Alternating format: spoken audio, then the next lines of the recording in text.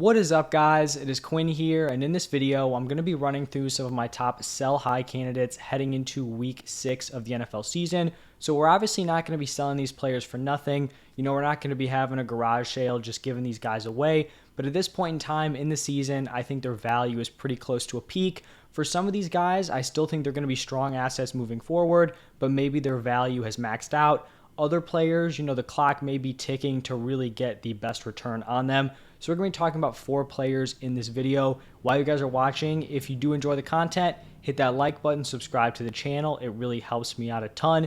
And if you guys do have any fantasy questions, you can drop those down below in the comment section and I'll get back to every single person. But we're going to kick it off here by talking about Gabe Davis. And I feel like some people are not going to be happy with this one. I know there's a lot of Gabe Davis truthers out there, but just hear me out with my argument, and then if you still think I'm an idiot, you can comment down below. But just hear me out here. I truly do believe that Gabe Davis is the perfect sell high. He was the highest scoring wide receiver this week, and with a very wild stat line of 3 receptions, 171 receiving yards, and then 2 touchdowns. So really just a crazy overall, performance there. And I think what's really solid here about Gabe Davis, in a fantasy football season that has been filled with uncertainty, it seems like every week we just don't know what's going on. Running backs have been brutal. They go crazy this week. Tight ends have been rough. I think at this point in the season, we know who Gabe Davis is. He is a high ceiling, low floor play. He's a guy who's going to have very little guaranteed volume, but he's going to have big playability and he's going to have touchdown upside on a top offense. I just feel like that is what Gabe Davis is. And so now the question is, do you want to keep that on your team or do you kind of want to sell high off of him? For me, the take here is going to be selling high. Gabe Davis has played in 4 games, and this is kind of just where the concerning part comes in for me. So in those 4 games that Gabriel Davis has played, Josh Allen has 161 pass attempts. So 4 games with Gabriel Davis, 161 pass attempts. In those 4 games, Gabriel Davis has been targeted 20 times. That is a 12% target share.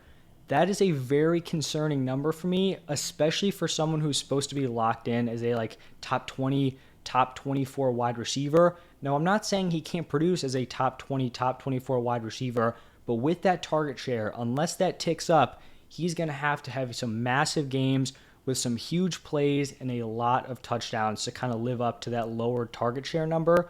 So for me, I think this is an opportunity where we saw a big game, but it's not like he went, commanded 12 targets, caught 10 of them for 200 yards, right? He hit 2 massive plays.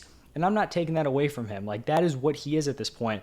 Like I talked about, he has the big playability. He has the touchdown upside. At this point, I'm just going to be firing off offers for players like Michael Pittman, Jalen Waddle, Mike Williams, Keenan Allen, if it comes out that he is healthy, even a guy like Chris Olave. These are players I'm just going to be throwing out 1-for-1 offers on. So, maybe you don't think it's a fair offer for Mike Williams, Gabe Davis one-on-one. I wouldn't be shocked if someone took it. Same thing with Michael Pittman. You probably view Pittman as higher, but just sending out offers for players in that area. I think Gabe Davis is going to be someone who's slotting in as probably around a top 24 wide receiver on a week-to-week basis, but he's kind of in that Mike Williams zone, almost like a Mike Williams light, where he is a very low floor, very high ceiling, but he just needs to be in your lineup every week. Heading into this week, I was even telling some people to sit him in favor of some other options. Obviously, that did not pan out, but I think at this point, we know who he is. He's going to have these huge games, but he just has to be in your lineup every single week. So if you're not comfortable with that, I'd advise moving off of him. Like some of the guys I mentioned, I do think he is a decent sell high. But like I said, if you're cool with the uncertainty, you think he can, continue to put up these massive yardage, massive touchdown performances, then hold on to him, and we'll see how it plays out.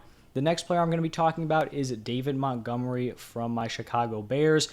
And he returned here in week 5, coming off of his injury where he missed week 4, goes out, scores 18.2 PPR points. So nothing insane, but still a very, very solid week at the running back position. And right now, rest of season, I'm looking at David Montgomery as a back-end running back 2, kind of somewhere in that tier with guys like Miles Sanders, J.K. Dobbins, Kareem Hunt, Jeff Wilson, that kind of area. I think Sanders and Dobbins are kind of more to the top of that. Hunt, Jeff Wilson, maybe towards the back. Wilson doesn't necessarily have the long-term security, but I think on a week-to-week basis, that is where he is going to be slotted in. I think the general idea and like the overall consensus on David Montgomery is that he's probably more of a high to mid-tier running back too, just due to the previous production he's had in like 2020, 2021. Like he's been a league winner for some people in those seasons. I think when people hear his name, they kind of automatically push up his value due to that like earlier season production or earlier career production. I'm just looking at his role in this offense. I just feel like he has a very capped ceiling at this point in time. This is going to be a Bears offense that's very low scoring. They're averaging 17.2 points per game, so the touchdown opportunities are going to be limited. He's not going to be a guy who's giving you like a touchdown a game at the running back position. He also just straight up has limited receiving upside because they just don't throw the ball. Like he's not even a running back who's like phased out of the receiving game. He is decently involved. Like his target share is fine. It's just the fact that they don't throw. So like I believe his max targets this year, he has 2 games with 4. Like 4 is okay. It's nothing crazy. If they actually threw like a normal offense, that target number would be a lot higher. But right now, the receiving work is capped. And then I also feel like he just has a very capable running back behind him in Khalil Herbert. So I feel like there's always some uncertainty where his overall opportunity share of this offense could be in jeopardy at any point in time. You know, maybe he gets a little banged up. They start to get Khalil Herbert some work. It turns into a 60-40, a 70-30. You know, it's just a spot where I feel like it's kind of unstable, and kind of holding on to him here as like a back-end running back too. I feel like the upside's not there, whereas he can kind of drift into like flex territory if things don't really go, perfectly for him. And then one other downside there is you do have Justin Fields kind of vulturing carries. Hasn't necessarily been like a vulture on the goal line. He's not like a Jalen Hurts type guy on the goal line, but still he's vulturing carries. He actually led the team in rushing yards here in week 5. So I think if you can get someone to buy David Montgomery as a mid to high-end running back to play, I think you take advantage of it, whether that's like straight up running back for running back, whether that's transitioning Montgomery into a stud wide receiver, whether it's Montgomery adding on like a wide receiver 3 to try to get a top 12 guy or top 12 running back. Like any of those things I think are suitable options to move David Montgomery off of your roster. Now these last 2 players are guys who really didn't have a ton of value coming into this week, but I think like really kind of elevated their stock. The first one is going to be Taysom Hill. And to be totally honest, like Taysom Hill may not even be rostered in your leagues. So this could be a spot where maybe you use your waiver wire priority, you snag him on your team, and then you try to trade him. Or maybe you're in a deeper league, or you just trusted him, had him sitting on your bench, or maybe even started him for this massive game.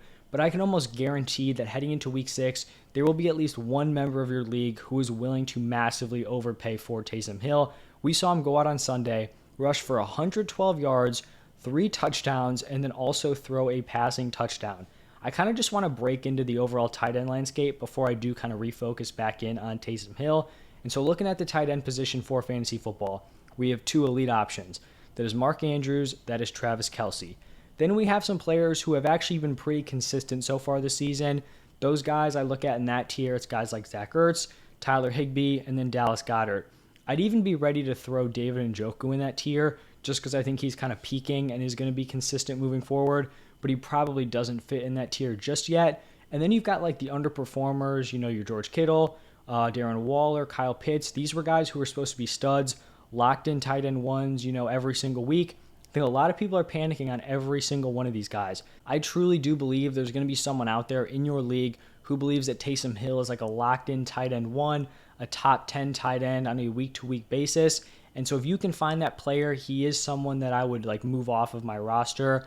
And I don't think obviously this week is unsustainable. No one's expecting Taysom Hill to get 9 carries, turn that into 100-something yards and 3 touchdowns, and then also throw a touchdown pass. But it's also not a spot where Taysom Hill did nothing and then just came out of nowhere and put together this monster game. He scored touchdowns in 2 other weeks, hasn't necessarily given you elite production. Week 1 he was solid because he had a big run, but even in I think it was week 4 he had the touchdown, but it didn't even translate to a massive fantasy game. So he has shown signs of being potentially startable.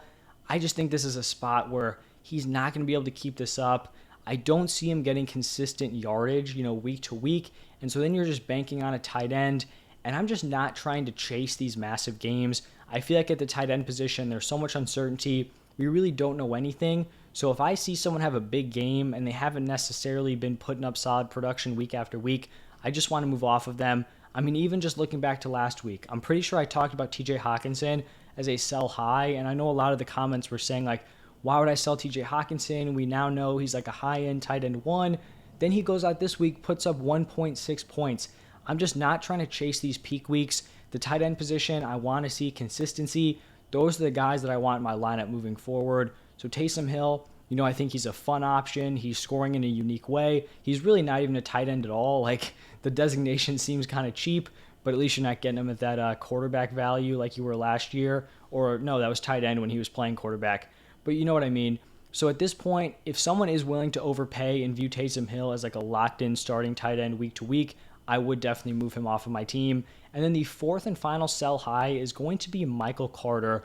And I think this week is probably your last chance to squeeze out any value of Michael Carter besides just being like a Breece Hall handcuff going into week 6. He did score 17.3 points. He did that on only 33 yards from scrimmage. And basically, he just like poached 2 touchdowns after Breece Hall like drove them to the goal line. One of them was on like the 79-yard reception that Breece Hall got tackled like right at the 1.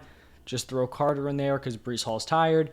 He punches it in. I think he did that on another trip as well, which is how he got that second touchdown.